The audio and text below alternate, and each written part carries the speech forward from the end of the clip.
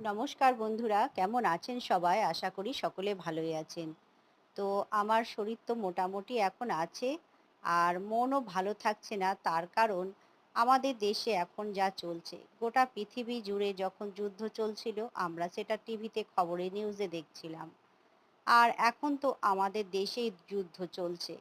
কিন্তু একটা কথা নিশ্চিন্তে আমরা জেনে আমরা বাড়িতে কিন্তু আমাদের মনের মতো করে থাকতে পারছি যে আমাদের দেশের দায়িত্ব একটা নিশ্চিন্ত মানুষের হাতে আছে, যে মানুষগুলো আমাদের দেশের জন্য অফুরন্ত পরিশ্রম করছে।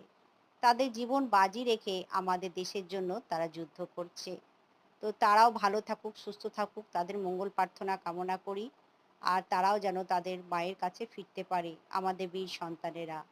আর এইভাবেই কিন্তু আমাদের দিন চলছে। কারণ আমাদের তো কাজকর্ম করতেই হবে, তাই না? শরীর ভালো থাকুক আর না থাকুক, মন ভালো থাকুক আর না থাকুক। তো দেখো এর মধ্যেই সকালে কাজকর্ম শুরু করে দিয়েছিলাম। তো সকালে তো বাজার চলে এসছে। শরীর ভালো না থাকার কারণে হাসব্যান্ডকে বললাম, "বাড়িতে চিড়ে আছে, একটু দই মিষ্টি নিয়ে এসো।"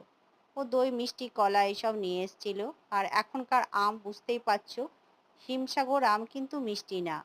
একটু টক ভাব আছে, খেতেও খুব একটা ভালো নয়। তো আম, কলা, মিষ্টি দিয়ে হাসব্যান্ডকে সকালে জলখাবার দিলাম, ও খেয়ে নেবে। ছেলের তো এক্সাম শুরু হয়েছে, ওকে দিতে যাবে। ছেলেকেও টিফিন করে দিয়েছি। খেয়ে দিয়ে দুজনে বেরিয়ে পড়বে।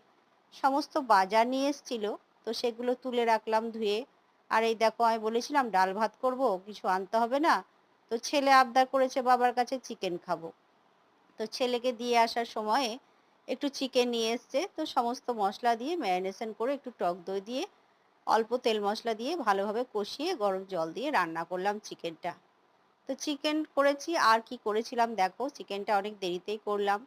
এখানে ভাত, আলু ভাজা, কাঁকরোল ভাজা আর মুগের ডাল করেছিলাম। বলেছিলাম এগুলোই থাকবে, কিন্তু পরে চিকেনটা নিয়ে আসলো, তাই চিকেনটা করলাম, সঙ্গে আমের আচার। এই ছিল দুপুরের লাঞ্চ আমার।